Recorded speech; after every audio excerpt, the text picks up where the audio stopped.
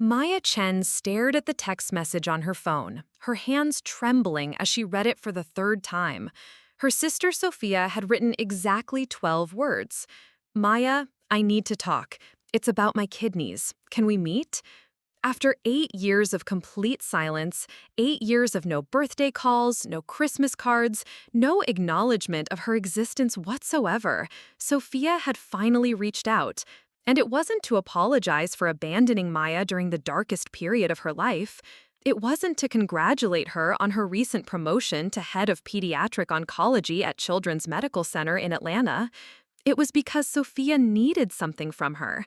Something that Maya possessed that could quite literally save her sister's life. Before we jump back in, tell us where you're tuning in from. And if this story touches you, make sure you're subscribed, because tomorrow I've saved something extra special for you. The irony was suffocating.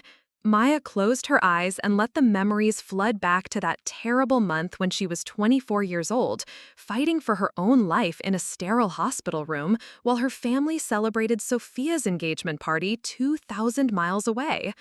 The same family who had promised to visit, who had sworn they cared, who had ultimately chosen champagne toasts over chemotherapy sessions. Now, Sophia needed her kidney, and suddenly, Maya mattered again. Maya had always known she lived in Sophia's shadow, but it took her 24 years to understand just how deep and cold that shadow could be. Growing up in Sacramento, the Chen family dynamic had been established before Maya could even walk.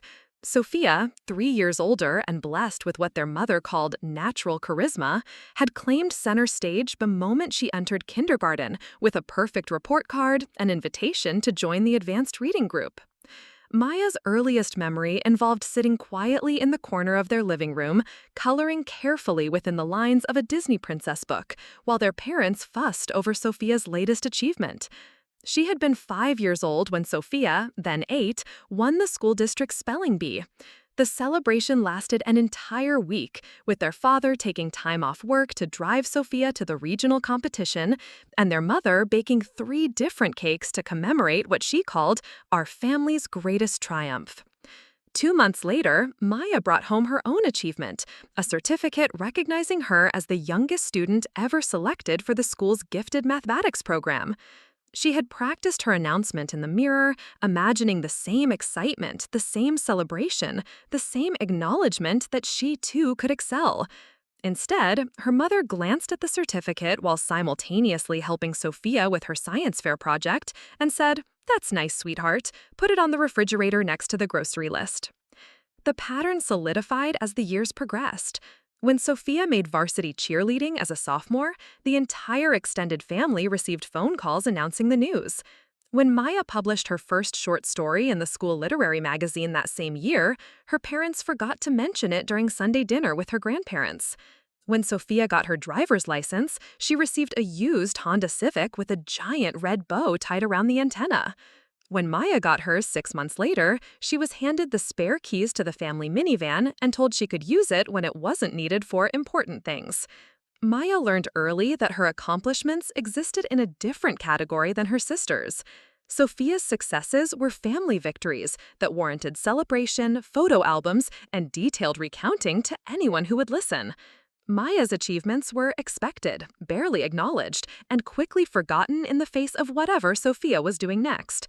The message was clear. Sophia was the star, and Maya was the reliable supporting player who could be counted on to shine quietly in the background while never outshining the main attraction. High school intensified these dynamics in ways that Maya was still processing years later. Sophia had blossomed into everything their parents had hoped for, a straight-A student who was also prom queen, student council president, and captain of both the debate team and the cheerleading squad. She dated the quarterback of the football team, a relationship that their mother documented obsessively, creating elaborate photo albums every dance, every game, every milestone in what she termed Sophia's perfect teenage experience. Maya, meanwhile, had discovered her passion for medicine through a volunteer program at the local children's hospital. She spent her afternoons reading to young cancer patients, helping with art therapy sessions, and gradually realizing that she wanted to dedicate her life to healing sick children. Her grades were actually higher than Sophia's, her SAT scores more impressive, and her volunteer work had caught the attention of several prestigious pre-med programs. But none of this seemed to register with their parents, who were too busy planning Sophia's graduation party to notice that Maya had been accepted to Stanford with a partial scholarship. The breaking point came during Maya's senior year when both sisters had important events scheduled for the same weekend. Maya had been selected to present her research on childhood leukemia at a statewide high school science symposium, an honor that came with significant scholarship opportunities and guaranteed admission to several top-tier medical programs. Sophia had her final cheerleading competition of the season, a regional event that would determine whether her squad advanced to state championships. Maya's presentation was scheduled for Saturday morning at UC Davis, a 3-hour drive from Sacramento. Sophia's competition was Saturday afternoon in San Francisco, a 2-hour drive in the opposite direction. For Maya, this seemed like a simple logistical challenge that could be solved by splitting up, with one parent attending each event. She should have known better.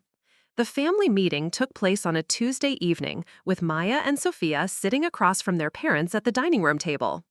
Maya presented her case first, explaining the significance of the symposium, the scholarship opportunities, and how much her research presentation meant to her. She had prepared for weeks, conducting additional experiments, creating professional quality displays, and practicing her speech until she could deliver it flawlessly. Sophia followed with her own argument, emphasizing how the cheerleading competition represented the culmination of 4 years of dedication and how important it was to have family support during such a crucial moment. She cried when she talked about how much the team meant to her, how they were depending on her leadership, and how devastating it would be to look into the stands and not see her family's faces. Their parents exchanged glances that Maya recognized immediately. The decision had been made before the meeting even began. Their father cleared his throat and delivered the verdict with what he probably thought was diplomatic language. The family would attend Sophia's competition together because she needs our support more during this emotional time. Maya's symposium, while impressive, was something she can handle independently because she's always been so self-sufficient. Maya sat in stunned silence as the words sank in. She had prepared for months, earned this opportunity through her own research and dedication, and created something genuinely innovative that could help sick children. But because she was perceived as self-sufficient, because she didn't cry or make dramatic speeches about her needs, her achievement was deemed less worthy of family support. The Saturday of both events arrived with Maya feeling more alone than she had ever felt in her 17 years. She drove herself to UC Davis in the family's old sedan, her research materials carefully arranged in the back seat, and tried to psych herself up for the presentation. The symposium was incredible, filled with brilliant students from across California who had dedicated months to original research projects. Maya's presentation on innovative treatment protocols for pediatric leukemia was met with enthusiastic applause and multiple scholarship offers from universities whose representatives had attended specifically to scout for talented students. She won second place overall, achievement that came with a $10,000 scholarship and guaranteed admission to Stanford's pre-med program. As she stood on the stage receiving her award, Maya looked out into the audience and saw professors, fellow students, and supportive parents cheering for their children's accomplishments. The empty section where her family should have been sitting felt like a physical ache in her chest. Meanwhile, 200 miles away, Sophia's cheerleading team placed fourth at their regional competition, failing to advance to state championships. Maya learned this information from a brief text message her mother sent that evening. Sophia's team didn't win, but she performed beautifully. We're taking her out for a nice dinner to cheer her up. Hope your science thing went well. Maya's science thing. 4 months of research, an award-winning presentation, and multiple scholarship offers reduced to a casual afterthought in a text message sent after their parents had already committed to an evening of consoling Sophia over a fourth-place finish.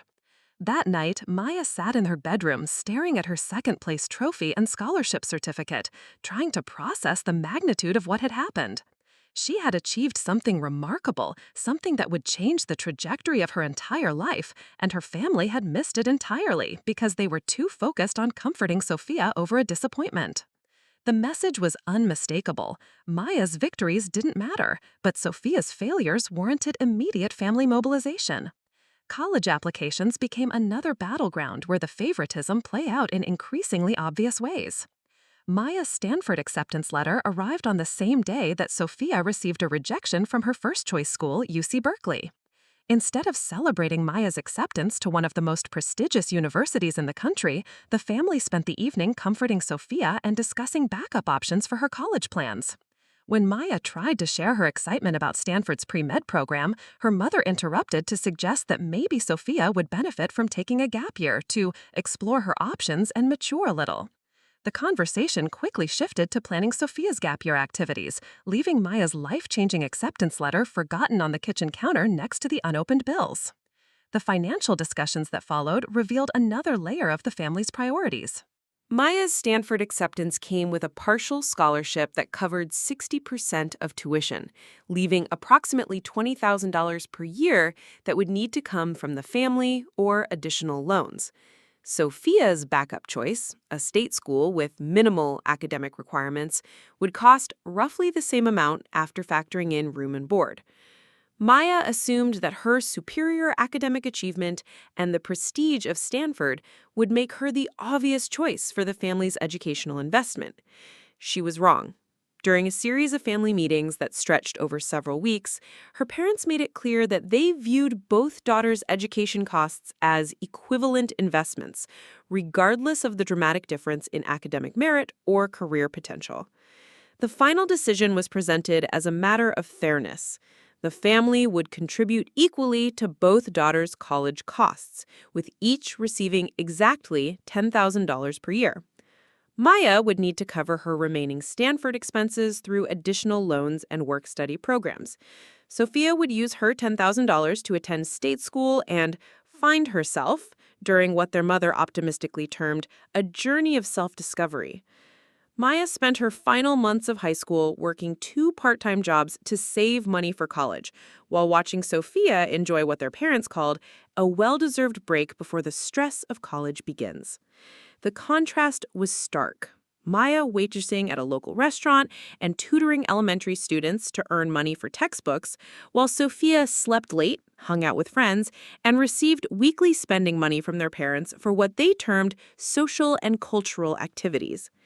The summer before college, Maya threw herself into preparation for her pre-med program, reading advanced biology textbooks, volunteering additional hours at the Children's Hospital, and researching opportunities for undergraduate research positions. She had begun to understand that her path to becoming a pediatric oncologist would require extraordinary dedication and self-reliance, qualities that her family seemed to take for granted rather than celebrate. Sophia spent that same summer working briefly at a clothing store before quitting because the hours conflicted with her social schedule. Their parents supported this decision, suggesting that Sophia needed time to recharge before the challenges of college, and that retail work wasn't suitable for someone of her intellectual caliber. The irony that Maya was working multiple jobs while maintaining higher academic standards than Sophia seemed lost on everyone except Maya herself. The night before Maya left for Stanford, the family held what their mother called a farewell dinner in her honor. Maya had hoped for a celebration of her achievements, an acknowledgment of how hard she had worked to earn her place at one of the country's most prestigious universities. Instead, the dinner conversation focused primarily on how much everyone would miss her and how difficult it would be for Sophia to adjust to being an only child at home. Sophia cried during dessert, talking about how lonely she would be without her sister around, conveniently forgetting the years of dismissive treatment and competitive behavior that had characterized their relationship. Their parents comforted her, assuring her that Maya would be back for holidays and that this separation was just temporary. Maya sat at the head of the table, supposedly the guest of honor at her own farewell dinner, listening to her family discuss her departure as if it were primarily significant for how it would affect Sophia. The drive to Stanford the next morning was undertaken alone, with Maya loading her belongings into the same old sedan she had driven to the science symposium and setting off for Palo Alto with a mixture of excitement and abandonment that she was still learning to process. Her parents had offered to make the trip, but their offer came with the caveat that they would need to return the same day because Sophia had plans that required their support. Maya declined their conditional offer and made the journey solo, stopping once for gas and a cup of coffee while mentally preparing herself for the independence that had been thrust upon her. As she drove through the gates of Stanford University, she felt a complex mixture of pride and loneliness that would define much of her college experience.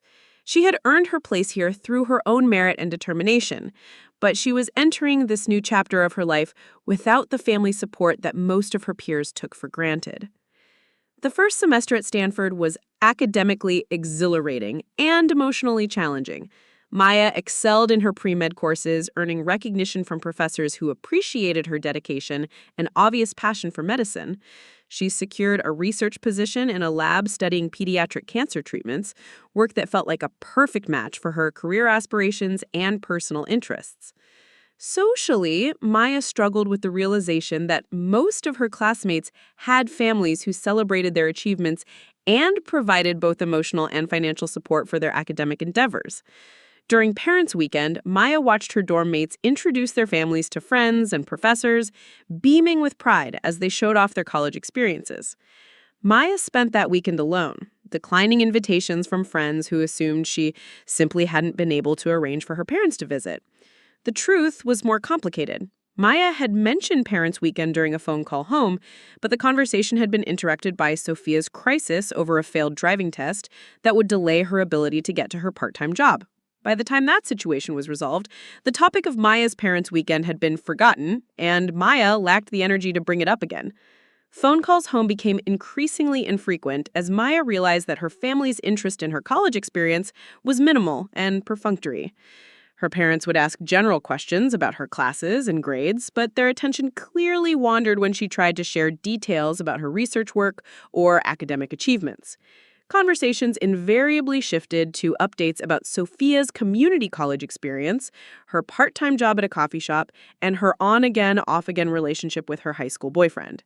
Maya began to understand that her role in the family dynamic was to be the self-sufficient achiever who required minimal attention or support. Her successes were expected rather than celebrated, and her struggles were assumed to be temporary setbacks that she would resolve independently. Meanwhile, Sophia's every minor accomplishment was treated as a major victory, deserving of family celebration and extensive discussion.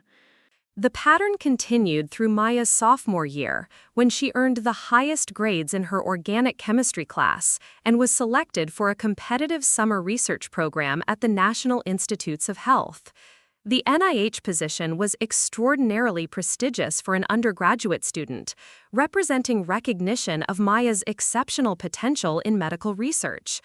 When she called home to share the news, her mother's first response was to ask whether the program would interfere with Sophia's summer wedding plans. Sophia had gotten engaged to her community college boyfriend, a development that consumed the family's attention for months leading up to Maya's NIH announcement. The engagement party planning, dress shopping, and venue selection had become the primary topics of family conversation, leaving little room for discussion of Maya's academic achievements or career development. Maya's NIH summer was transformative, providing her with hands-on experience in cutting-edge cancer research and mentorship from some of the country's leading pediatric oncologists. She published her first research paper as a co-author, an almost unprecedented achievement for an undergraduate student, and received offers to continue her research work during the academic year. When Maya called home to share news of her publication, her mother answered the phone in the middle of addressing wedding invitations and could barely focus on what Maya was telling her. The conversation was cut short when Sophia arrived needing immediate help with a catering crisis that threatened to disrupt her perfect wedding plans. Maya's research publication, which represented months of intensive work and would significantly enhance her medical school applications, was dismissed with a distracted, "That's wonderful, honey, we'll talk more later." They never did talk more later. Maya learned to stop sharing her achievements with her family, understanding that her successes existed in a separate category from the things her parents considered worthy of attention and celebration. She focused instead on building relationships with professors and mentors who recognized her potential and supported her career aspirations. Junior year brought Maya's acceptance to multiple prestigious medical schools, including Harvard, Johns Hopkins, and UCSF. These acceptances represented the culmination of years of extraordinary academic performance, research experience, and dedication to her chosen field. Maya had achieved something remarkable, gaining admission to programs that accepted less than 5% of applicants and launching herself toward a career that would allow her to save children's lives. The medical school acceptance letters arrived during the same week that Sophia announced she was pregnant with her first child. Maya opened her Harvard acceptance letter alone in her dormitory room, reading the congratulatory language and trying to process the magnitude of what she had accomplished. She called home immediately, eager to share news that even her distracted family would have to recognize as extraordinary.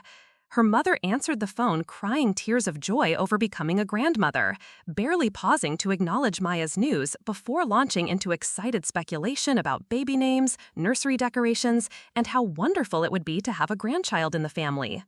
Maya's acceptance to Harvard Medical School was mentioned briefly as nice news before the conversation returned to the much more important topic of Sophia's pregnancy. That night, Maya sat in her room staring at acceptance letters from some of the most prestigious medical schools in the country, trying to understand why she felt so empty despite achieving everything she had worked toward for years. She had earned these acceptances entirely through her own merit and determination, but the absence of family celebration made her victories feel hollow and incomplete. Maya chose Harvard Medical School partly because of its exceptional pediatric oncology program and partly because Boston was far enough from California that she could build a life independent of her family's dysfunction. The decision to move across the country felt like both an escape and an acknowledgment that she had always been essentially alone in her academic journey. The graduation ceremony from Stanford was attended by Maya's parents and Sophia, who was visibly pregnant and required frequent breaks during the day-long event. Maya had graduated summa cum laude with highest honors in biology, achievements that should have been the centerpiece of the celebration. Instead, the day's conversations focused primarily on Sophia's pregnancy symptoms and whether the ceremony would be too tiring for her in her condition. Maya's valedictory speech, which she delivered to an audience of thousands as one of the top students in her class, was barely mentioned during the family dinner that evening. Her parents seemed more interested in finding restaurants that could accommodate Sophia's pregnancy cravings than in celebrating Maya's extraordinary academic achievements. The message was clear. Maya's accomplishments, no matter how exceptional, would always be secondary to Sophia's immediate needs and desires. The summer before medical school, Maya worked as a research assistant while preparing for the intense academic challenges ahead. She had been accepted into Harvard's accelerative MD-PhD program, a prestigious track that would allow her to combine medical training with advanced research in pediatric oncology. The program was extraordinarily competitive, accepting fewer than 20 students each year, and represented recognition of Maya's exceptional potential as both a clinician and a researcher. Maya tried once more to share her excitement about the MD-PhD program during a family dinner, explaining how the dual degree would position her to develop new treatments for childhood cancers while also providing direct patient care. Her parents listened politely while simultaneously helping Sophia prepare for her baby shower, which had become the family's primary focus and logistical challenge. The baby shower itself became another example of the family's priorities. Sophia's celebration was elaborate, with custom decorations, professional photography, and guests flown in from across the country. Maya had offered to help with planning, but was told that her medical school preparation was too important to interrupt. The subtle message was that Maya's contributions weren't needed because she was too busy with her own pursuits to properly support Sophia during this crucial time. Maya left for Harvard Medical School with a complex mixture of anticipation and resignation. The graduation ceremony from Stanford was attended by Maya's parents and Sophia, who was visibly pregnant and required frequent breaks during the day-long event. Maya had graduated summa cum laude with highest honors in biology, achievements that should have been the centerpiece of the celebration. Instead, the day's conversations focused primarily on Sophia's pregnancy symptoms and whether the ceremony would be too tiring for her in her condition. Maya's valedictory speech, which she delivered to an audience of thousands as one of the top students in her class, was barely mentioned during the family dinner that evening. Her parents seemed more interested in finding restaurants that could accommodate Sophia's pregnancy cravings than in celebrating Maya's extraordinary academic achievements. The message was clear. Maya's accomplishments, no matter how exceptional, would always be secondary to Sophia's immediate needs and desires. The summer before medical school, Maya worked as a research assistant while preparing for the intense academic challenges ahead. She had been accepted into Harvard's accelerated MD-PhD program, a prestigious track that would allow her to combine medical training with advanced research in pediatric oncology. The program was extraordinarily competitive, accepting fewer than 20 students each year, and represented recognition of Maya's exceptional potential as both a clinician and a researcher. Maya tried once more to share her excitement about the MD-PhD program during a family dinner, explaining how the dual degree would position her to develop new treatments for childhood cancers while also providing direct patient care. Her parents listened politely while simultaneously helping Sophia prepare for her baby shower, which had become the family's primary focus and logistical challenge. The baby shower itself became another example of the family's priorities. Sophia's celebration was elaborate, with custom decorations, professional photography, and guests flown in from across the country. Maya had offered to help with planning, but was told that her medical school preparation was too important to interrupt. The subtle message was that Maya's contributions weren't needed because she was too busy with her own pursuits to properly support Sophia during this crucial time. Maya left for Harvard Medical School with a complex mixture of anticipation and resignation. Preparing and narrating this story took us a lot of time, so if you are enjoying it, subscribe to our channel. It means a lot to us. Now back to the story. She had achieved everything she had dreamed of academically, earning her place at one of the world's most prestigious medical programs through extraordinary hard work and determination. But she was embarking on this journey without the family support and celebration that such achievements typically warranted. The flight from Sacramento to Boston felt symbolic, carrying Maya from a family dynamic where her successes were minimized to an environment where her potential would be recognized and nurtured. As the plane lifted off, Maya looked down at California and tried to imagine the life she was building for herself on the other side of the country, far from the shadow that had defined her first 22 years. Medical school at Harvard was everything Maya had hoped for and more. The academic challenges were intense, but manageable for someone with her preparation and dedication. She excelled in her coursework, particularly in pediatric medicine and oncology, where her undergraduate research experience gave her advantages over many of her classmates. Her professors recognized her exceptional potential, and she quickly became involved in cutting-edge research projects that would define her career trajectory. Maya's first clinical rotations were revelatory, confirming her passion for pediatric oncology and her natural aptitude for working with sick children and their families. She had an unusual ability to connect with young patients, explaining complex medical procedures in ways that reduced their fear while providing emotional support during incredibly difficult times. Her attending physicians noted her exceptional bedside manner and recommended her for advanced training opportunities that would accelerate her career development. The MD-PhD program proved to be the perfect match for Maya's interests and abilities. Her research focused on developing targeted therapies for rare childhood cancers, work that combined her analytical skills with her deep commitment to helping sick children. She published several papers as a first author, unusual productivity for a medical student, and received recognition from national pediatric oncology organizations for her innovative research approaches. But even as Maya thrived academically and professionally, her relationship with her family continued to deteriorate. Phone calls home became increasingly infrequent and superficial, with Maya sharing fewer details about her achievements and her parents showing less interest in her medical school experience. The conversations that did occur focused primarily on updates about Sophia's baby, her struggles with new motherhood, and the family's efforts to support her through various challenges. Maya's nephew was born during her second year of medical school, an event that consumed her family's attention completely. Maya was in the middle of final exams when she received the birth announcement, and her attempt to schedule a visit home was complicated by her academic obligations. When she finally managed to arrange a trip to meet her nephew, the visit was overshadowed by constant attention to Sophia's needs as a new mother and Maya's perceived failure to prioritize family obligations over her medical training. The tension came to a head during Maya's third year when she was selected for a prestigious research fellowship that would take her to London for 6 months to work with leading pediatric oncologists at Great Ormond Street Hospital. The fellowship was an extraordinary opportunity that would significantly advance her career and provide her with international experience in treating childhood cancers. When Maya called home to share news of the fellowship, her mother's reaction was immediate disappointment that Maya would be unavailable to help with family obligations during that period.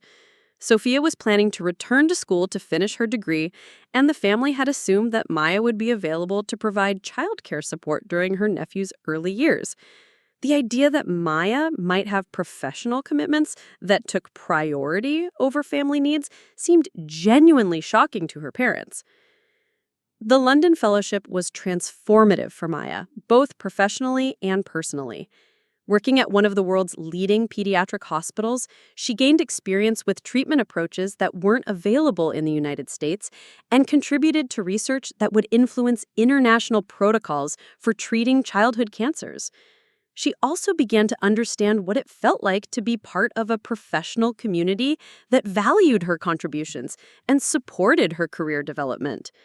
Maya's colleagues in London became her chosen family, people who celebrated her research successes and provided emotional support during the inevitable challenges of medical training. She experienced for the first time what it felt like to have her achievements recognized and appreciated, to be part of a community where her success was viewed as a collective victory rather than an individual accomplishment that somehow diminished others. When Maya returned from London, she was a different person. The experience had given her confidence in her professional abilities and clarity about her career goals, but it had also highlighted the dysfunction of her family relationships.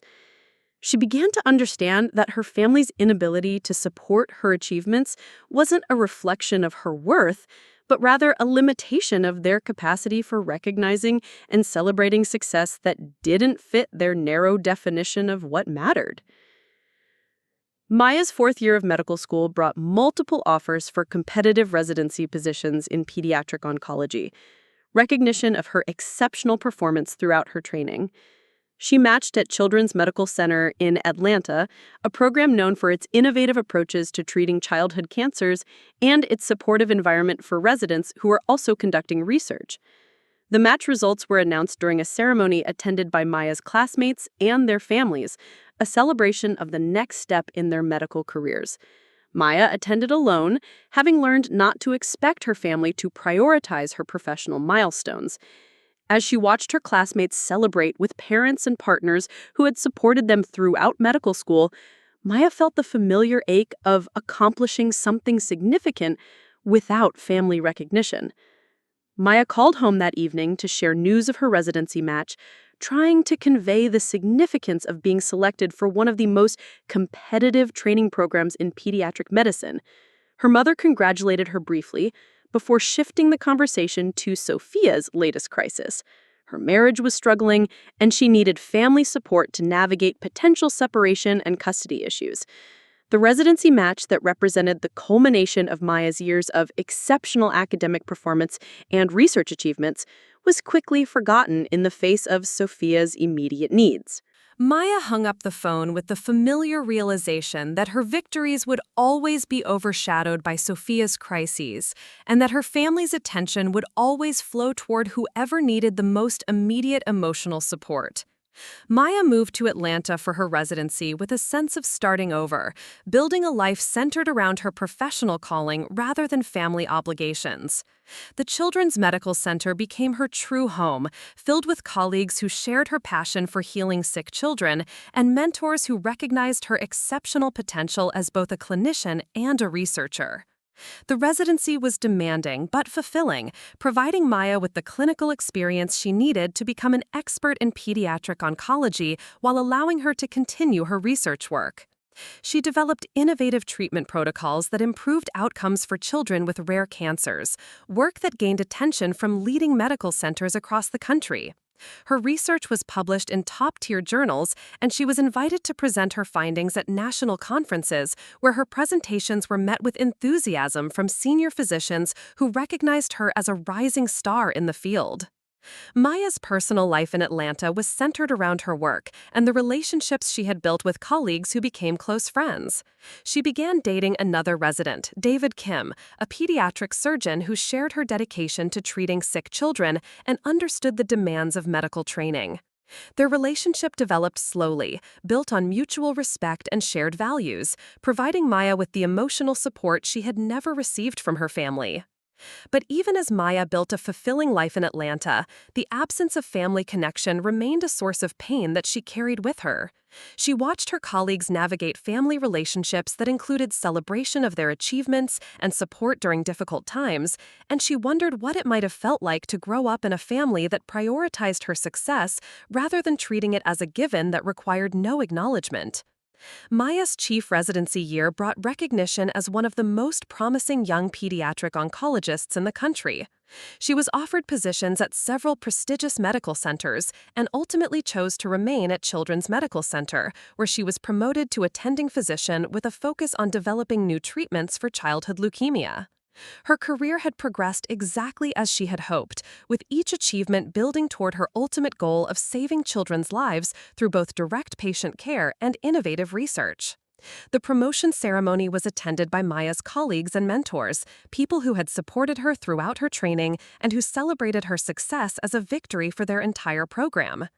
Maya's parents were not there, having declined her invitation because the date conflicted with Sophia's second child's birthday party. The absence that had once been painful had become expected, and Maya had learned to find validation in her professional community rather than seeking it from family members who had never been capable of providing it. Maya was 31 years old when she received the text message from Sophia asking to meet about her kidneys. 8 years had passed since Maya's family had last made any effort to maintain meaningful contact with her. 8 years during which Maya had built an extraordinary career while her family remained focused on Sophia's various needs and crises. Maya had become one of the leading pediatric oncologists in the Southeast, published groundbreaking research, and saved countless children's lives through her clinical work and innovative treatment approaches. But none of that mattered now. Sophia needed something from Maya, something that only Maya could provide, and suddenly, the sister who had been ignored and dismissed for decades was relevant again. Maya stared at the text message and felt the familiar mixture of anger and sadness that had defined her relationship with her family for as long as she could remember. After 8 years of silence, Sophia's first words weren't an apology or an acknowledgement of the distance between them. They were a request for help, delivered with the casual assumption that Maya would be available to provide whatever Sophia needed. Maya set her phone aside and tried to focus on the patient charts spread across her desk, medical cases that required her immediate attention and expertise. But Sophia's message lingered in her mind, carrying with it the weight of decades of family dysfunction and the unavoidable question of what she owed to a sister who had never shown any interest in Maya's life until she needed something that only Maya could give her. The next morning would bring decisions that Maya had never imagined she would face, choices that would test everything she had learned about family, obligation, and the boundaries she had spent years establishing herself from the people who should have supported her but had instead chosen to ignore her remarkable achievements while celebrating Sophia's mediocre ones. Maya's journey from the overlooked younger sister to one of the country's most accomplished pediatric oncologists was about to intersect with Sophia's crisis in ways that would challenge both sisters to confront the reality of their relationship and the consequences of the choices their family had made years earlier. Maya spent the weekend wrestling with Sophia's message, unable to concentrate fully on her patient rounds or the research proposal she was preparing for submission to the National Cancer Institute. Every time she tried to focus on her work, her mind drifted back to those 12 words and the implications they carried.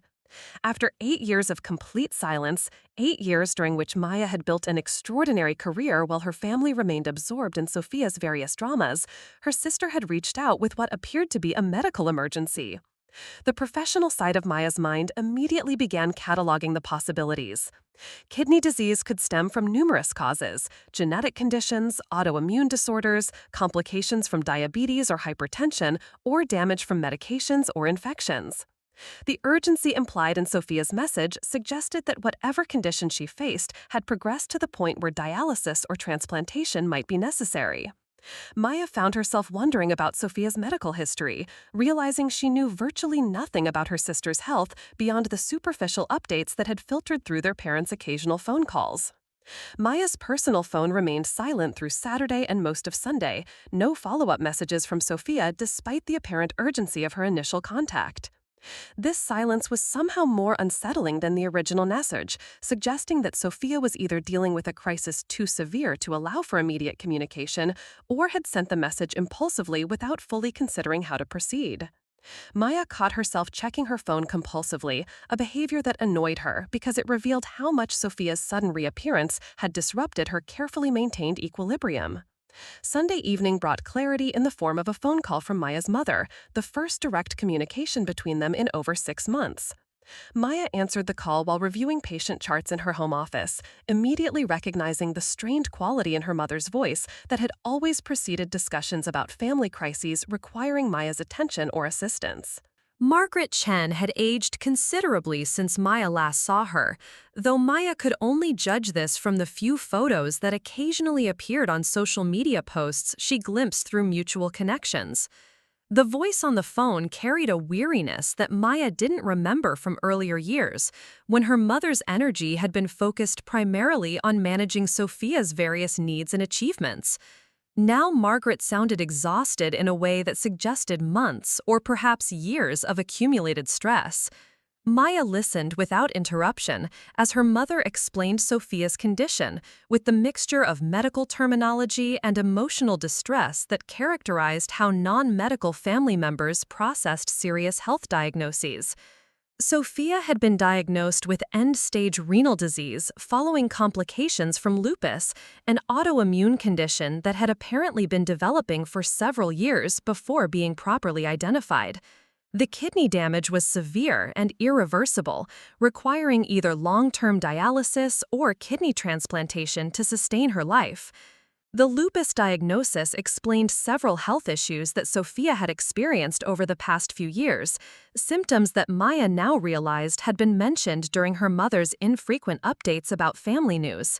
Joint pain that had been attributed to stress, fatigue that was blamed on the demands of raising young children, and recurring infections that were dismissed as normal consequences of being exposed to childhood illnesses through her kids. Maya felt a complex mixture of professional frustration and personal sadness as she realized that Sophia's condition might have been identified and treated earlier with proper medical attention. Margaret's explanation continued with details about Sophia's current treatment regimen, the challenges of managing dialysis while caring for 2 young children, and the family's growing desperation to find a solution that would allow Sophia to return to normal life. Maya noted that her mother's description of Sophia's situation focused heavily on the impact on the grandchildren and the family's emotional distress, with less attention paid to the medical specifics of Sophia's condition and treatment options. When Margaret finally reached the purpose of her call, her request was delivered with the same assumption of Maya's availability and willingness that had characterized family interactions for as long as Maya could remember. The family had learned that living donor kidney transplantation offered the best long-term outcomes for patients with end-stage renal disease, particularly when the donor was a close relative with compatible blood type and tissue markers. Sophia's husband had been tested and was not a suitable match. Their parents were too old to be considered for donation, leaving Maya as the only family member who might be able to provide the kidney that could save Sophia's life. Maya felt a familiar surge of anger at the casual way her mother presented this request, as if Maya's willingness to undergo major surgery and donate an organ was simply another example of the family support that had always been expected from her but never reciprocated. Margaret's tone carried no acknowledgment of the years of estrangement, no recognition of the family dynamics that had led to Maya's emotional withdrawal, and no appreciation for the magnitude of what she was asking Maya to consider. The conversation that followed revealed the extent to which Maya's family had failed to understand or appreciate the life she had built for herself in Atlanta.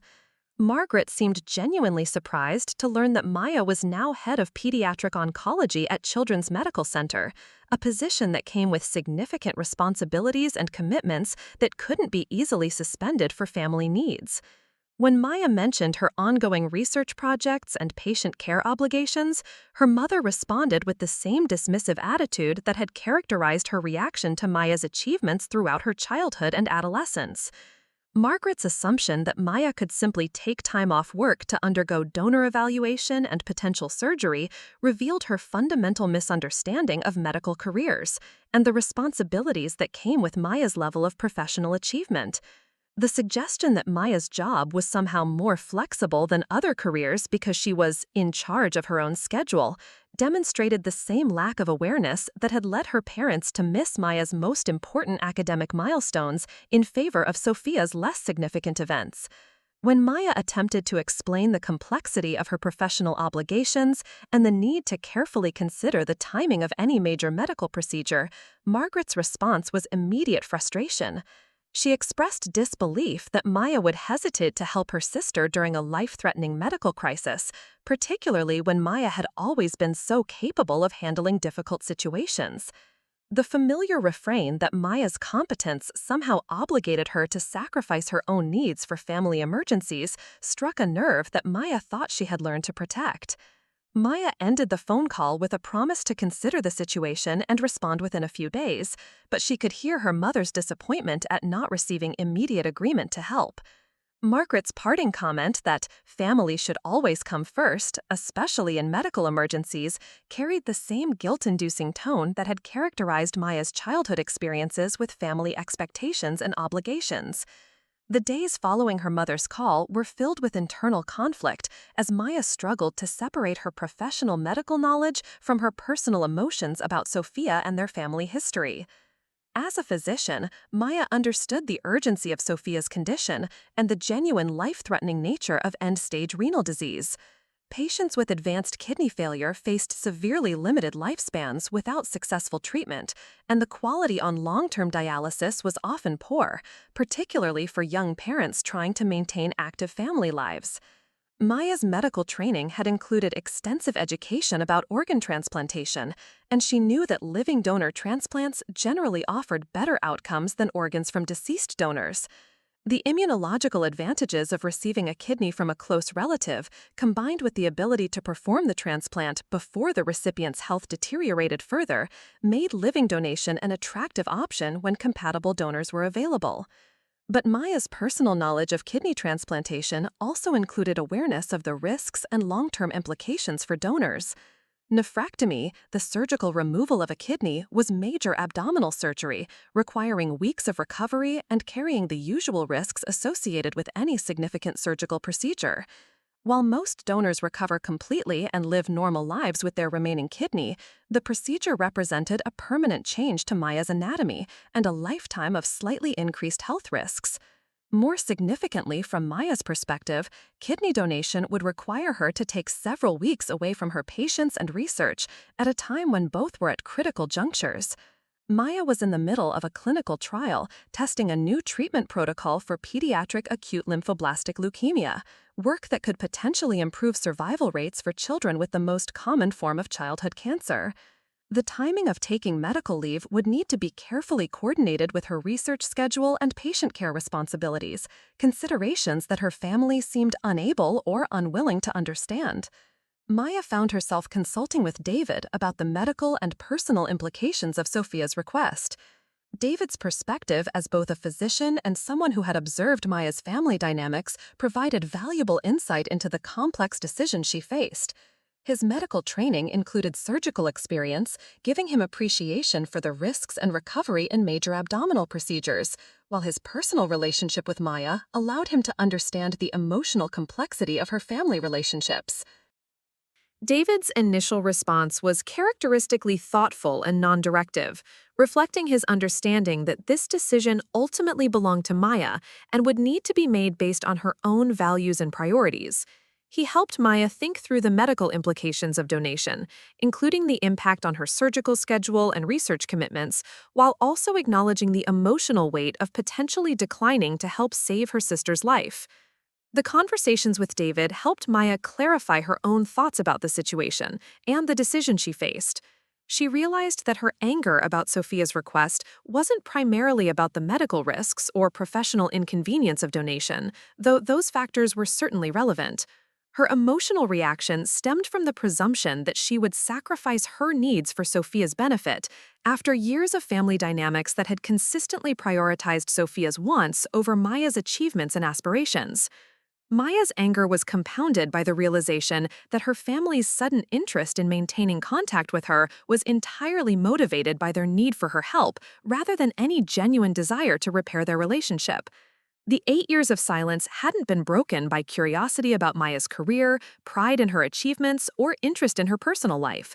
Sophia had reached out only when she needed something that only Maya could provide, approaching their relationship as a transaction rather than a family connection. Maya spent several evenings researching Sophia's condition and treatment options, using her medical expertise to understand the full scope of her sister's health crisis and the various approaches to managing end-stage renal disease. The medical literature confirmed that living donor transplantation offered the best long-term outcomes for patients in Sophia's situation, particularly when donors were close relatives with compatible tissue types. Maya found herself wondering whether Sophia's medical team had discussed all available options or if the family had fixated on living donation as the preferred solution without fully exploring alternatives. Maya's research also included investigation of transplant programs in Sacramento, where Sophia was receiving care. The medical centers in Northern California had excellent reputations and experienced transplant teams, though Maya noted that some programs had waiting lists for evaluation and surgery that could delay treatment by several months. She wondered whether the urgency implied in Sophia's message reflected the actual medical timeline or her family's emotional response to the diagnosis. The complexity of Maya's decision was further complicated by her professional obligations and the timing of Sophia's crisis. Maya's research grant required specific milestones to be met within defined timeframes, and taking extended medical leave could jeopardize her ability to complete the work and potentially impact future funding opportunities. Her patient responsibilities included children undergoing active treatment for cancer, relationships that couldn't be easily transferred to other physicians without disrupting continuity of care. Maya realized that her family's request required her to choose between her professional commitments and Sophia's immediate needs, a choice that felt familiar from years of similar situations where Maya's achievements were expected to take second priority to Sophia's various crises. The difference now was that Sophia's crisis was genuinely life-threatening, making Maya's decision more consequential than the academic and career conflicts that had characterized their earlier interactions. Thursday evening brought Maya's decision to contact Sophia directly rather than continuing to communicate through their mother's filtered interpretations of the situation. Maya had Sophia's phone number from the original text message, and she felt that any meaningful discussion about such a significant decision required direct communication between the two sisters rather than relying on their parents as intermediaries. Maya's call to Sophia went to voicemail, and she left a brief message asking Sophia to call her back when it was convenient to have a detailed conversation about her health situation and the family's request for Maya to consider kidney donation. Maya kept her tone professional and neutral, avoiding the emotional charge that had characterized her recent conversations with their mother, while making it clear that she was taking Sophia's situation seriously and wanted to discuss the medical details directly. Sophia returned Maya's call the following evening, catching Maya at home after a particularly challenging day at the hospital that had included delivering difficult news to the parents of a 7-year-old patient whose leukemia had relapsed despite aggressive treatment. Maya was emotionally drained from her patient responsibilities, and the timing of Sophia's call meant that their conversation began with Maya already overwhelmed by the weight of medical decisions and family obligations. The sound of Sophia's voice after 8 years of silence was jarring for Maya, carrying echoes of their childhood while also reflecting the changes that had occurred during their adult estrangement. Sophia sounded older and more subdued than Maya remembered, lacking the confident energy that had characterized her personality during their younger years. There was a quality of vulnerability in Sophia's tone that Maya had rarely heard before, suggesting that her medical crisis had affected her emotionally as well as physically. Sophia's explanation of her health situation was more detailed and medically informed than their mother's earlier account, reflecting the education that patients typically receive when facing serious chronic illness. Sophia described the progression of her lupus symptoms over several years, the delayed diagnosis that had allowed kidney damage to advance before appropriate treatment could be started, and the current severity of her renal failure that made transplantation necessary for long-term survival. Maya listened to Sophia's medical history with professional attention, noting details that would be relevant to donation compatibility and surgical planning, while trying to maintain emotional distance from the personal implications of her sister's illness. Sophia's description of her daily life on dialysis painted a picture of significant physical and emotional challenges, including fatigue that made caring for her young children difficult and scheduling constraints that limited her family's activities and social connections. The conversation gradually shifted from medical details to the more personal aspects of Sophia's situation and her request for Maya's help. Sophia acknowledged the years of silence between them and the awkwardness of reaching out only when she needed something from Maya, but her apology was brief and superficial, focusing more on the current crisis than on the family dynamics that had led to their estrangement. Maya noted that Sophia's approach to their conversation still carried the expectation of Maya's help that had characterized their childhood interactions, despite the gravity of the current situation. When Sophia asked directly whether Maya would consider donating a kidney, her tone carried the same assumption of Maya's availability that had marked family requests throughout their lives. Sophia seemed genuinely surprised when Maya explained that such a decision required careful consideration of medical risks, professional obligations, and personal factors that couldn't be resolved quickly or casually. The concept that Maya might need time to evaluate the situation and make an informed decision appeared to be outside Sophia's expectations for how their conversation would proceed. Maya's attempt to discuss the complexity of her decision-making process was met with Sophia's impatience and emotional pressure that felt familiar from years of family interactions. Sophia's response to Maya's need for time to consider the request included guilt-inducing comments about the urgency of her medical situation and the impact on her children if Maya declined to help. The manipulation was subtle but unmistakable, designed to pressure Maya into immediate agreement rather than allowing space for thoughtful consideration of all relevant factors. The phone call ended with Maya promising to provide a definitive answer within 2 weeks, a timeline that seemed to frustrate Sophia, but represented Maya's attempt to balance the urgency of her sister's medical needs with her own need to make a careful and informed decision. Maya could hear Sophia's disappointment at not receiving immediate agreement to donate, but she maintained her boundary around taking adequate time to consider all implications of such a significant commitment. Maya spent the weekend following her conversation with Sophia, consulting with colleagues about the medical and professional aspects of living kidney donation.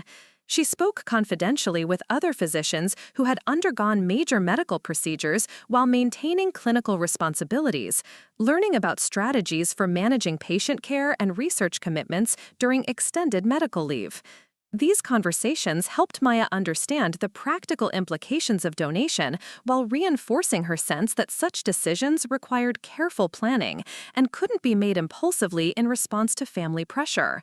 Maya's research into her own health history and potential compatibility as a kidney donor revealed that she was likely to be an excellent candidate based on blood type, general health status, and age.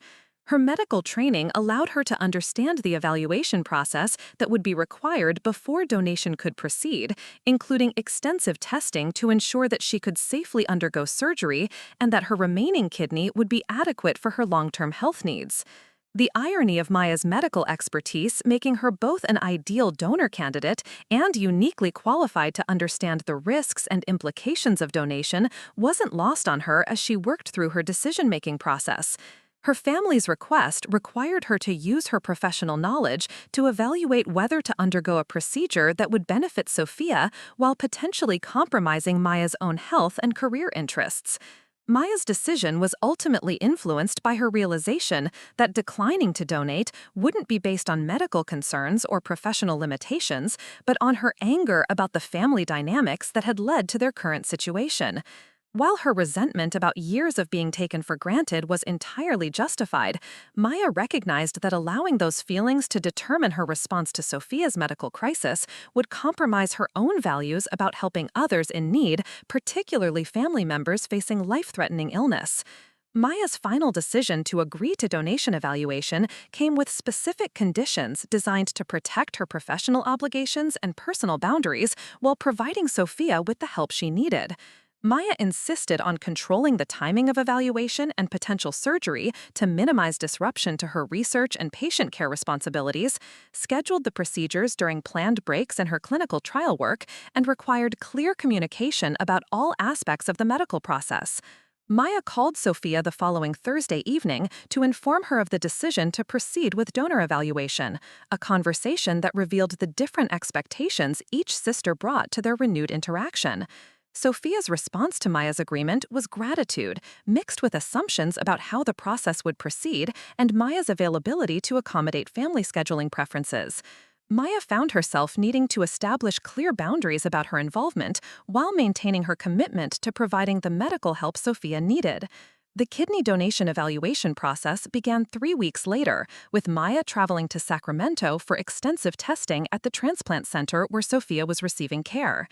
Maya had arranged her work schedule to minimize the impact of her absence, transferring patient care responsibilities to colleagues and adjusting her research timeline to accommodate the medical leave that would be required if she proceeded with donation. Maya's return to Sacramento after nearly a decade away was emotionally complex, involving navigation of both the medical process and renewed contact with family members who had been absent from her life for years.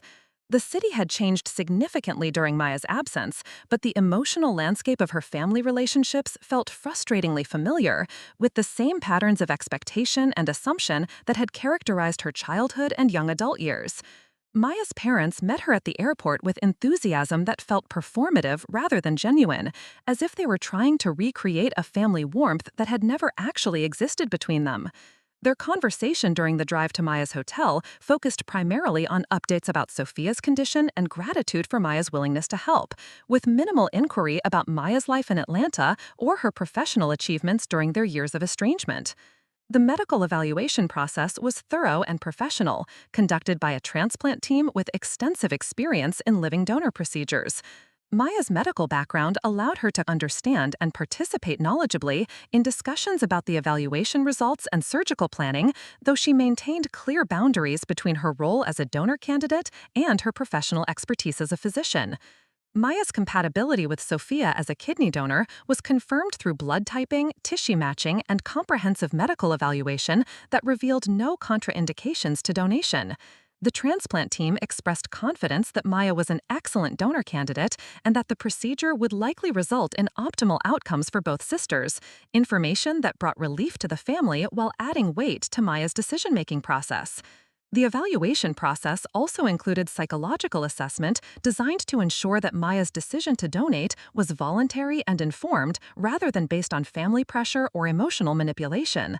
Maya found these discussions helpful for clarifying her own motivations and confirming that her choice was based on her personal values rather than guilt or obligation imposed by family expectations. Maya's meetings with the transplant social worker revealed the extent to which her family had misunderstood both Maya's life circumstances and the implications of living donation for her professional and personal responsibilities. The social worker helped Maya articulate her needs for the surgical timing and recovery process while educating the family about the significance of Maya's decision and the support she would require during her recovery period. Maya's decision to proceed with kidney donation was finalized after completion of all evaluation requirements and careful coordination of the surgical schedule with her professional obligations. The surgery was planned for early December, allowing Maya to complete her current research milestones and arrange extended medical leave without disrupting critical aspects of her patient care and clinical trial work. Maya's agreement to donate came with clear expectations about the family's behavior and support during the process, boundaries that represented Maya's attempt to maintain her emotional well-being while providing Sophia with life-saving medical help. Maya insisted on private recovery space, limited family visits during her hospitalization, and respect for her need to focus on her own healing rather than managing family emotions about the situation. Maya returned to Atlanta following her evaluation with mixed feelings about the commitment she had made and the family dynamics that would need to be navigated during the donation process. Her decision felt medically and ethically sound, but the emotional complexity of re-engaging with family members who had never fully appreciated her achievements or supported her aspirations remained challenging and potentially problematic. Maya spent the weeks leading up to surgery focusing on her professional responsibilities and preparing for the extended absence that would be required for donation and recovery. Her colleagues at Children's Medical Center were supportive of her decision while ensuring that her patient care and research obligations would be managed effectively during her medical leave. David's support during Maya's preparation for surgery was invaluable, providing both emotional encouragement and practical assistance with the logistical challenges of coordinating major medical procedures with professional responsibilities. His understanding of the medical aspects of donation, combined with his knowledge of Maya's family dynamics, helped her maintain perspective about both the significance of her decision and the boundaries she would need to maintain with her family. Maya's final weeks before surgery were marked by increasing anxiety about returning to Sacramento and re-engaging with family relationships that had been problematic throughout her life. Maya's parents met her at the airport with enthusiasm that felt performative rather than genuine, as if they were trying to recreate a family warmth that had never actually existed between them. Their conversation during the drive to Maya's hotel focused primarily on updates about Sophia's condition and gratitude for Maya's willingness to help, with minimal inquiry about Maya's life in Atlanta or her professional achievements during their years of estrangement. The medical evaluation process was thorough and professional, conducted by a transplant team with extensive experience in living donor procedures. Maya's medical background allowed her to understand and participate knowledgeably in discussions about the evaluation results and surgical planning, though she maintained clear boundaries between her role as a donor candidate and her professional expertise as a physician. Maya's compatibility with Sophia as a kidney donor was confirmed through blood typing, tissue matching, and comprehensive medical evaluation that revealed no contraindications to donation. The transplant team expressed confidence that Maya was an excellent donor candidate and that the procedure would likely result in optimal outcomes for both sisters, information that brought relief to the family while adding weight to Maya's decision-making process. The evaluation process also included psychological assessment designed to ensure that Maya's decision to donate was voluntary and informed rather than based on family pressure or emotional manipulation. Maya found these discussions helpful for clarifying her own motivations and confirming that her choice was based on her personal values rather than guilt or obligation imposed by family expectations. Maya's meetings with the transplant social worker revealed the extent to which her family had misunderstood both Maya's life circumstances and the implications of living donation for her professional and personal responsibilities. The social worker helped Maya articulate her needs for the surgical timing and recovery process while educating the family about the significance of Maya's decision and the support she would require during her recovery period. Maya's decision to proceed with kidney donation was finalized after completion of all evaluation requirements and careful coordination of the surgical schedule with her professional obligations. The surgery was planned for early December, allowing Maya to complete her current research milestones and arrange extended medical leave without disrupting critical aspects of her patient care and clinical trial work. Maya's agreement to donate came with clear expectations about the family's behavior and support during the process, boundaries that represented Maya's attempt to maintain her emotional well-being while providing Sophia with life-saving medical help. Maya insisted on private recovery space, limited family visits during her hospitalization, and respect for her need to focus on her own. Her decision to donate a kidney to save Sophia's life was medically straightforward, but the emotional implications of renewed family contact remained complex and potentially destabilizing for the independence Maya had worked hard to establish during her years in Atlanta. The morning of the surgery arrived with December fog blanketing Sacramento, creating an atmosphere that matched Maya's internal sense of uncertainty and emotional distance. Maya had flown in 3 days earlier to complete final pre-surgical testing and prepare for the procedure that would permanently alter her anatomy while potentially saving Sophia's life. The intervening days had been filled with medical appointments, family dinners that felt like performances of reconciliation, and growing anxiety about both the surgery itself and the complex family dynamics that would need to be navigated during her recovery. Maya's hotel room overlooked the medical complex where both sisters would undergo surgery in a few hours, a view that reinforced the surreal nature of her situation. After 8 years of deliberate distance from her family, Maya was about to undergo major surgery to benefit the sister who had never shown interest in Maya's life until she needed something that only Maya could provide. The irony of the situation wasn't lost on Maya as she reviewed the consent forms that detailed the risks she was accepting to help someone who had consistently dismissed her achievements and ignored her existence. David had flown in the previous evening to provide support during Maya's surgery and initial recovery, a gesture that highlighted the contrast between her chosen family's genuine care and her biological family's conditional attention. David's presence provided Maya with emotional stability and practical assistance while reinforcing her sense that the relationships she had built in Atlanta were more authentic and supportive than the family connections she was attempting to repair through this medical intervention. Maya's parents had insisted on driving her to the hospital for the early morning admission, an offer that Maya accepted reluctantly while maintaining clear boundaries about their involvement in her care decisions and recovery process. The drive to the medical center was filled with nervous conversation that revealed her parents' continued inability to understand the magnitude of what Maya was doing or the professional and personal sacrifices her decision represented. Margaret Chen's commentary during the drive focused primarily on her gratitude that Maya was helping Sophia and her relief that the family crisis would soon be resolved through Maya's intervention. Maya's father added periodic observations about how proud they were of Maya's medical expertise and her willingness to use her knowledge to help family, comments that revealed his fundamental misunderstanding of the situation and Maya's motivations for agreeing to donation. Maya found herself irritated by her parents' assumption that her medical training made kidney donations somehow easier or less significant for her than it would be for other donors. Their comments suggested that they viewed her decision as a natural extension of her professional responsibilities rather than a personal sacrifice that required careful consideration of risks and long-term implications. The casual way they discussed her surgery, while expressing anxiety about Sophia's procedure, highlighted the persistent favoritism that had characterized Maya's childhood and continued to influence family interactions. The pre-surgical preparation process separated Maya from her family's emotional energy and allowed her to focus on the medical procedures ahead.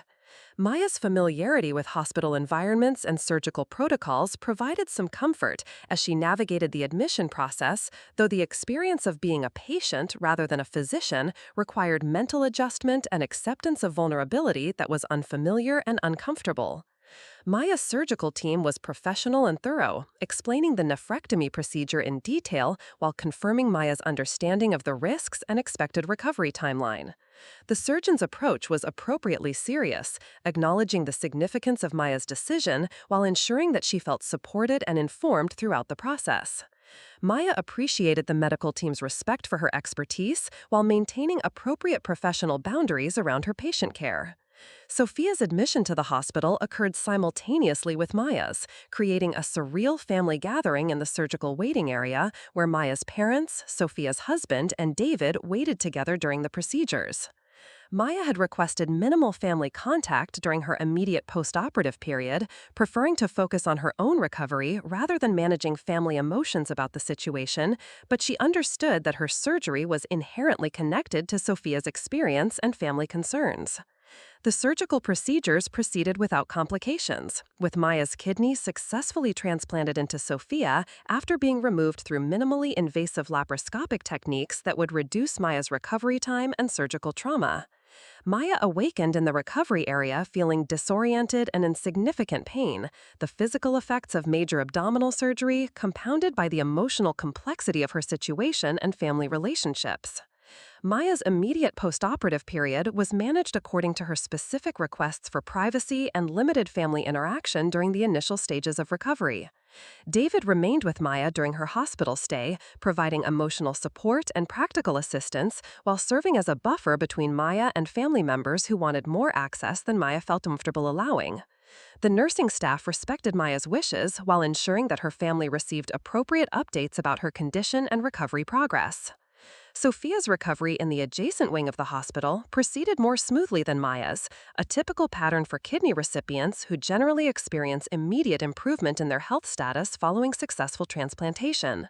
Maya learned about Sophia's progress through brief updates from David and the medical staff rather than direct family interaction, maintaining the emotional distance she needed while ensuring that her sacrifice was achieving the intended medical benefits. Maya's first direct contact with Sophia occurred 3 days after surgery when Sophia appeared in Maya's hospital room without invitation or advance notice, accompanied by their mother and moving slowly but independently.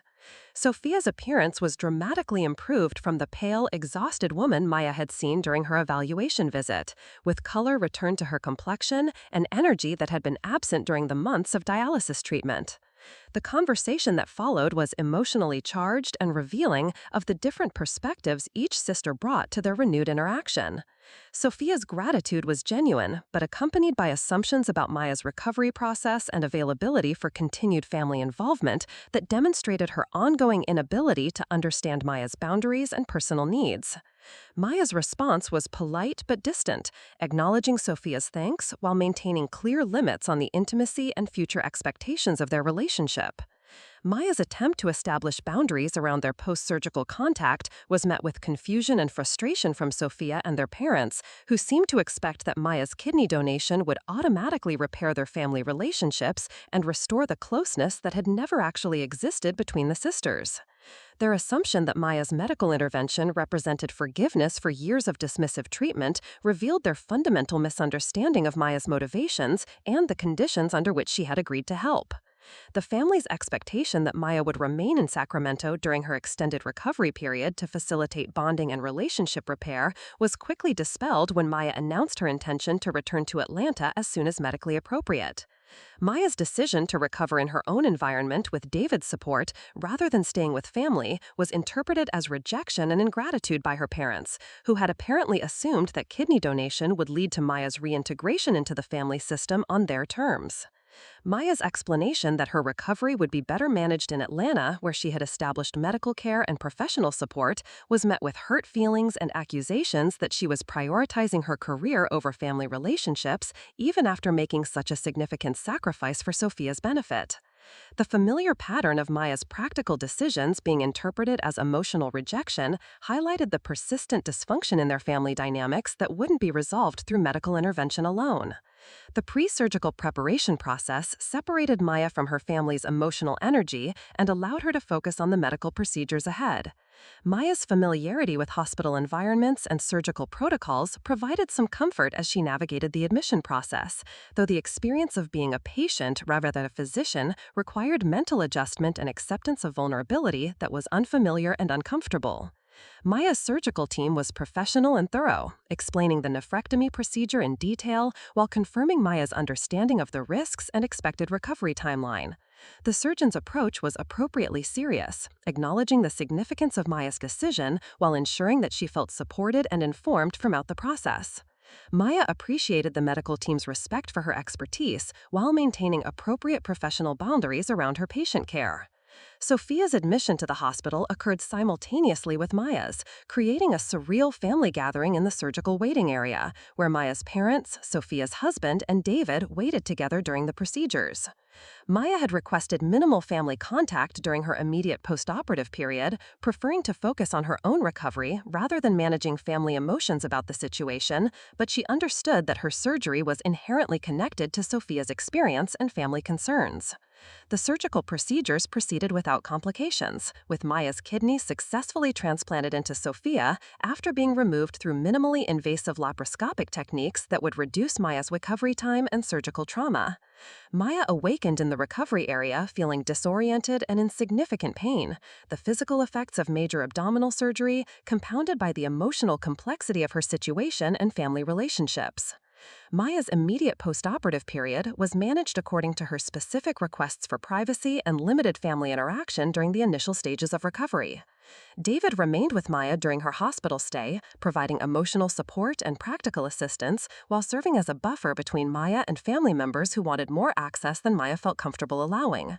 The nursing staff respected Maya's wishes while ensuring that her family received appropriate updates about her condition and recovery progress.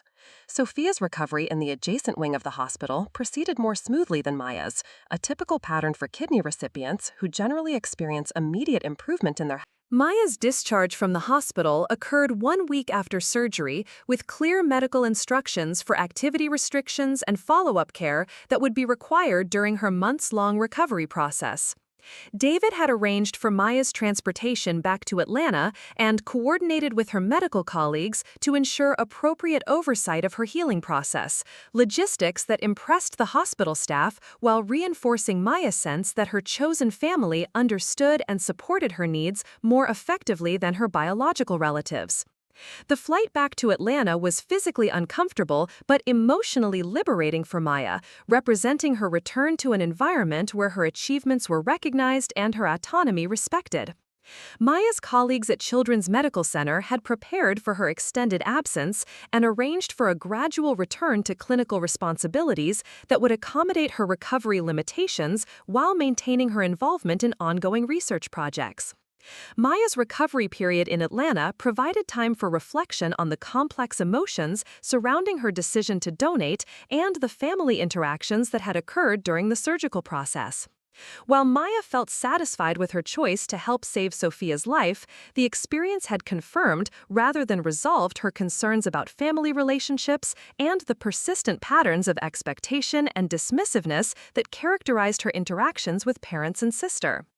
Maya's medical leave extended for 8 weeks as she recovered from surgery and gradually resumed her professional responsibilities with appropriate restrictions on her physical activities and work schedule. The recovery process was complicated by the emotional processing required to integrate her family experiences with her ongoing life in Atlanta, a challenge that required professional counseling and support from friends who understood the complexity of her situation. Maya's return to full clinical duties coincided with news that Sophia's transplant was functioning excellently and that her overall health had improved dramatically following the surgery. Medical updates filtered through occasional phone calls from Maya's parents, who continued to express gratitude for Maya's help while seeming puzzled by her lack of interest in closer ongoing contact with the family. Maya felt genuine satisfaction about Sophia's medical success while maintaining emotional boundaries that protected her from renewed expectations and demands.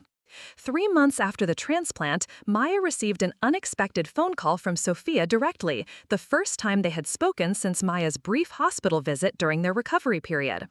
Sophia's voice sounded strong and healthy, reflecting the dramatic improvement in her physical condition that had resulted from receiving Maya's kidney. The purpose of Sophia's call was initially unclear, beginning with general updates about her health and family situation before gradually revealing a more specific agenda. Sophia's explanation of her current life circumstances revealed the extent to which successful transplantation had transformed her daily experience and future prospects. She was no longer tied to the demanding schedule of dialysis treatments, had regained energy for active parenting and household management, and was considering returning to work or school to rebuild her career prospects that had been derailed by years of chronic illness.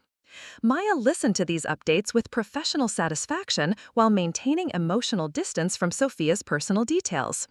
The conversation took an unexpected turn when Sophia began discussing her marriage difficulties and financial challenges that had been exacerbated by years of medical expenses and reduced income during her illness.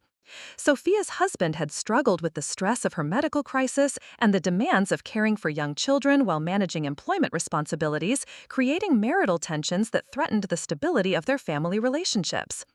Maya realized that Sophia's call was building toward another request for help, this time financial rather than medical. Sophia's request for Maya's assistance with mounting medical bills and family expenses was delivered with the same assumption of Maya's availability that had characterized her kidney donation request, though the current ask involved ongoing financial support rather than a one-time medical intervention. Sophia explained that Maya's high income as a physician made her uniquely capable of helping the family recover from the economic impact of her medical crisis, presenting her request as a logical extension of Maya's previous help. Maya's response to Sophia's financial request was immediate and unequivocal refusal, delivered with professional calm but absolute firmness. Maya explained that her willingness to donate a kidney had been based on the life-threatening nature of Sophia's medical emergency rather than a general commitment to solving her ongoing life problems through Maya's resources and expertise. The distinction between medical emergency intervention and ongoing financial support was clear in Maya's mind, though obviously not in Sophia's expectations. Sophia's reaction to Maya's refusal was hurt and anger that revealed her fundamental misunderstanding of Maya's motivations for helping with the transplant. Sophia had apparently interpreted Maya's kidney donation as evidence of renewed family loyalty and availability for continued support, rather than a specific medical intervention with clear boundaries around Maya's ongoing involvement. Her disappointment at Maya's financial refusal suggested that she had viewed the transplant as the beginning of restored family relationships rather than a one-time emergency response. The phone conversation deteriorated into accusations and emotional manipulation that felt familiar from Maya's childhood experiences with family conflict and expectations. Sophia's argument that Maya owed continued support to the family because of their shared history and Maya's professional success echoed the same logic that had been used throughout their lives to justify prioritizing Sophia's needs over Maya's autonomy and achievements. Maya's attempt to explain her boundaries and the difference between medical emergency response and ongoing financial obligation was met with Sophia's emotional distress and claims that Maya was abandoning her family again just when they needed support most. The familiar pattern of Maya's reasonable limits being interpreted as rejection and selfishness highlighted the persistence of family dynamics that wouldn't be changed through medical intervention or temporary crisis response. Maya ended the phone call with clear communication that her help with Sophia's transplant had been motivated by the life-threatening nature of her medical condition rather than a commitment to ongoing financial or emotional support for family problems. Maya's boundaries around future contact and assistance were firmly established, leaving no ambiguity about her expectations for their continued relationship or lack thereof. The months following Sophia's financial request brought Maya peace and clarity about her family relationships and the decisions she had made regarding kidney donation and ongoing contact. Maya felt confident that she had done the right thing medically while maintaining appropriate boundaries around her personal and professional autonomy.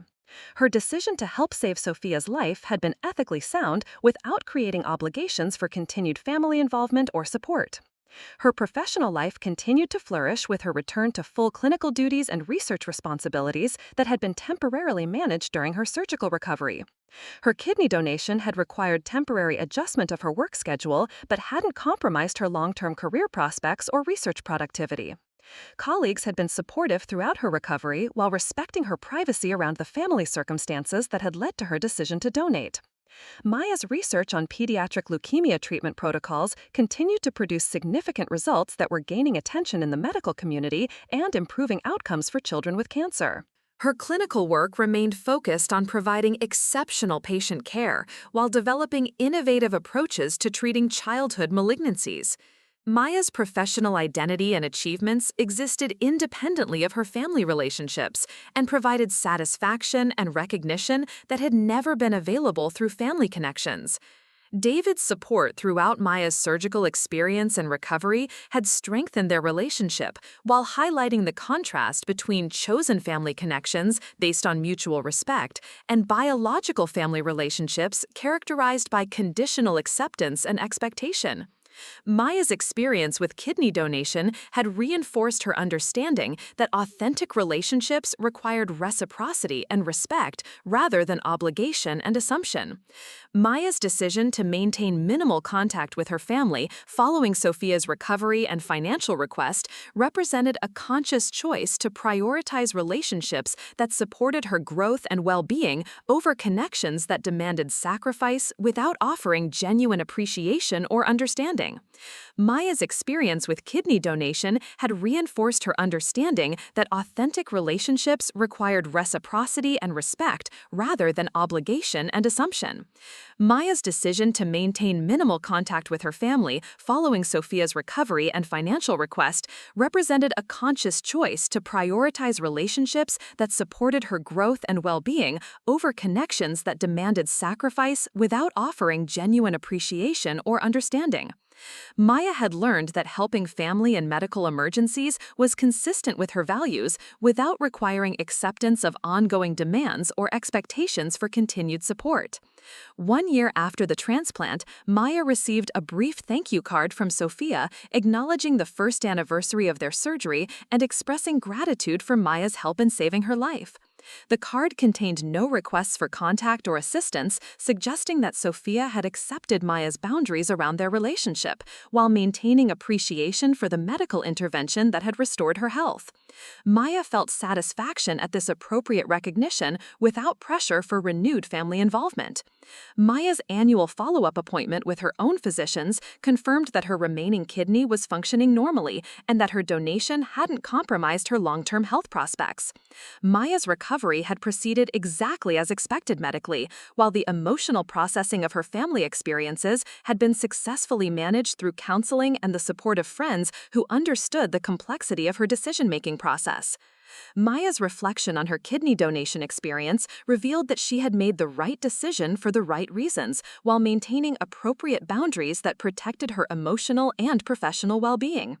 Her willingness to help save Sophia's life had been motivated by medical ethics and family responsibility, without creating ongoing obligations or expectations for continued involvement in family problems that her relatives seemed unable to manage independently. Maya's career continued to advance, with recognition for her contributions to pediatric oncology research and clinical care that reflected the dedication and expertise she had developed through years of independent achievement. Her professional success existed entirely separately from family relationships and provided the recognition and satisfaction that had been missing from family interactions throughout her life. Her chosen family of colleagues, friends, and David offered genuine support and appreciation that contrasted sharply with the conditional and demanding nature of her biological family relationships. Maya's experience with kidney donation had ultimately confirmed her understanding that helping others in genuine emergencies was consistent with her values, without requiring acceptance of ongoing demands or manipulation. Her decision to save Sophia's life while maintaining clear boundaries around future contact represented a mature approach to family relationships that prioritized appropriate assistance over enabling problematic patterns of expectation and assumption. Maya's story demonstrated that family obligation could be fulfilled through specific acts of help during genuine crises, without requiring ongoing sacrifice of personal autonomy or professional achievement. Her kidney donation had saved Sophia's life while preserving Maya's independence and career focus, achieving the medical goals without compromising the boundaries that protected Maya's emotional and professional well-being. Maya's final contact with her family occurred 2 years after the transplant, when she learned through a mutual acquaintance that Sophia had given birth to a healthy third child, made possible by her restored health following the successful kidney transplant.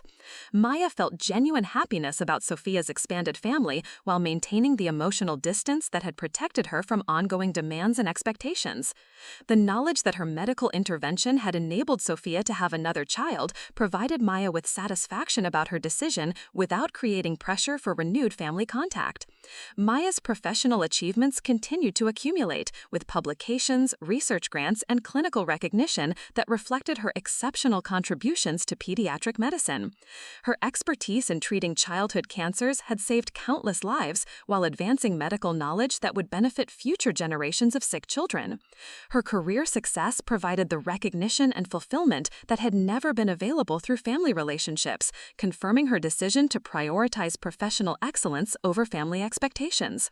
Maya's personal life with David had evolved into engagement and plans for marriage that represented the formation of a chosen family based on mutual respect, shared values, and genuine support for each other's professional and personal goals. Their relationship provided Maya with the emotional intimacy and partnership that had been missing from her family experiences, demonstrating that authentic connections required reciprocity rather than obligation. Maya's breathing planning proceeded without involvement from her biological family, a decision that initially felt sad but ultimately provided relief from the complications and expectations that had characterized family interactions throughout her life. Maya's chosen family of medical colleagues, close friends, and David's supportive relatives created a wedding celebration that honored their relationship while avoiding the drama and dysfunction that would have accompanied her family's participation. Maya's reflection on her journey from overlooked younger sister to accomplished physician and independent adult revealed the importance of building relationships based on mutual respect rather than family obligation or expectation. Her kidney donation had represented a specific act of help during a medical emergency, rather than a commitment to ongoing family involvement or support, demonstrating that appropriate boundaries could coexist with genuine assistance during crisis situations. Maya's final understanding of her family relationships acknowledged that some people were incapable of providing the recognition, support, and appreciation that healthy relationships required, regardless of biological connections or shared history.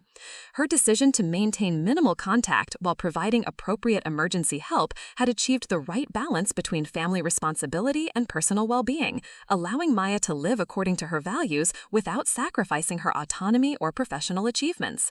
Maya's story concluded with her understanding that chosen family connections based on genuine care and mutual support provided more authentic relationships than biological family ties, characterized by expectation, assumption, and conditional acceptance. Her kidney donation had saved Sophia's life while confirming Maya's commitment to helping others in genuine need without requiring ongoing sacrifice of her independence or career focus. Maya's journey demonstrated that family obligation could be fulfilled appropriately while maintaining the boundaries necessary for personal and professional success. Up next, you've got two more standout stories right on your screen. If this one hit the mark, you won't want to pass these up. Just click and check them out.